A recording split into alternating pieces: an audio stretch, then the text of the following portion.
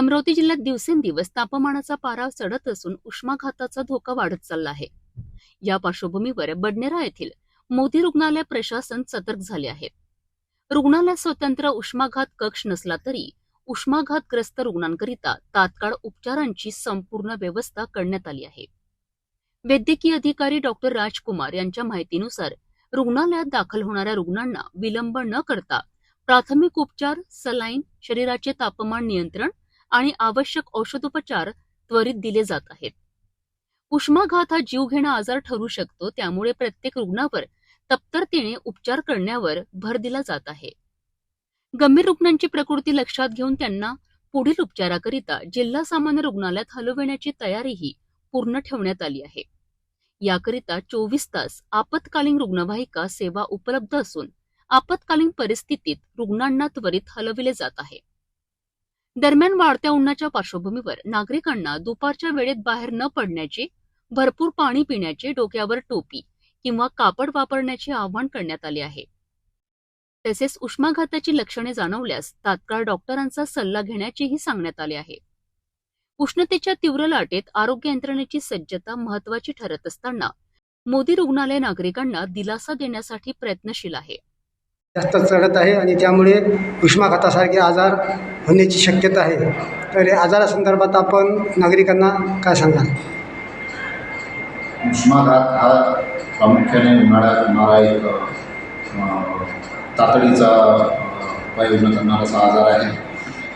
तर प्रामुख्याने जे लोक जास्त उन्हात वगैरे काम करतात, जनरली उन्हात जास्त हिंडतात, त्याच्यानंतर काळजी घेत नाही, जे तरल पदार्थ त्याच्यात घ्यायला पाहिजे ते घेत नाही, तर त्यामुळं काय होतं की उष्माघाताचा पेशंट आपल्याकडे जेव्हा येत होतो त्याचं थोडंसं असंबंध असं त्याचं बोलणं, त्यानंतर त्याला त्वचा कोरडी पडणं, त्याला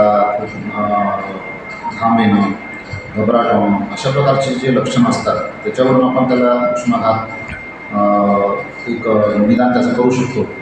आणि त्यानंतर जेव्हा तो अशा प्रकारचा रुग्ण आपल्याकडे येतो तर आपण त्याला सर्वात अगोदर त्याचे कपडे वगैरे जे असतात ते सैल करावं लागतात. त्यानंतर त्याला वातानुकूलित जे कंडिशन किंवा कूलर वगैरे अशा ठिकाणी त्याला नेऊन आपल्याला झोपवणं. त्यानंतर तो जर शुद्धीत असेल तर त्याला ORS वगैरे सारखे तरल पदार्थ जे त्याच्यामध्ये डिहायड्रेशन त्याच्यामध्ये होते तर त्याची ते पूर्तता करणं, अशा प्रकारच्या उपाययोजना त्यासाठी केलेल्या असतात. ह्या उपाययोजना आपल्या रुग्णालयात उपलब्ध आहेत का? या उपाययोजना आपण आपल्या रुग्णालयात सुद्धा उपलब्ध आहेत आणि अशा प्रकारचे पेशंट जर आले तर आपण त्यांचं अशा प्रकारची उपाययोजना त्यांना करू शकतो.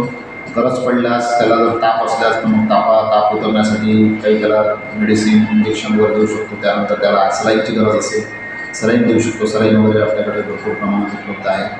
तर त्यासाठी जे करायच्या उपाययोजना त्या सर्व आपल्याकडे आहेत. फक्त यावेळेस मी लोकांना हे सांगू इच्छितो की आता उन्हाचा पारा वाढल्यामुळं आपण जाताना सगळ्यात महत्त्वाचं म्हणजे आपलं नाक आणि कान, सगळ्यात महत्त्वाचं कान, डोळा आणि आपलं डोकं आणि कान यांची काळजी घेणं आवश्यक आहे. जाताना आपण दुपट्टा वगैरे फारच महत्त्वाचं काम असेल तरच बाहेर निघा आणि जाताना कान आणि डोकं आपलं झाकलेलं असलं पाहिजे. त्यानंतर आपण वेळोवेळी तरल पदार्थ हे पीत राहायला पाहिजे.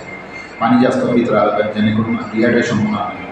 आणि लगेच AC किंवा कूलरमधून बाहेर निघणं, त्याच्यानंतर पुन्हा त्याच्यात जाणं. आणि तुम्हाला जर असं बाहेर पडायचं असेल तर AC किंवा कूलरमधून 15 मिनिटापूर्वी ते कूलर किंवा AC तुम्ही बंद करा.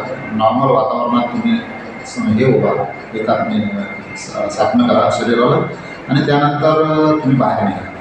अशा प्रकारचे उपाययोजना, अशा प्रकारची जर काळजी घेतली तर आपल्याला उष्माघातापासून आपण स्वतःला वाचवू शकतो. उष्माघाताकरिता काही खास अशा कक्षाची गरज असते, त्या संदर्भात आपल्या रुग्णालयात काय व्यवस्था आहे? आपल्याकडे तर कसं आहे, आता इथे एकच बिल्डिंग आपल्याकडे सध्या कार्यरत आहे. बाजूची बिल्डिंग स्ट्रक्चरवर आढळून बंद आहे. तर यामध्ये कसं आहे की असे कक्ष फार कमी आहे, त्यामुळे मी आयसोलेटेड असं काही इथे बनवलेलं नाही आहे. परंतु अशा प्रकारचे पेशंट आल्यावर त्यांची आपण काळजी घेऊ शकतो. त्यांना आपण त्यांचं तात्पुरती व्यवस्था करून त्यांना मग जास्त जर आपल्याला गांभीर्य वाटलं तर ॲम्ब्युलन्स वगैरेने आपण त्यांना अमरावतीला हलवू शकतो.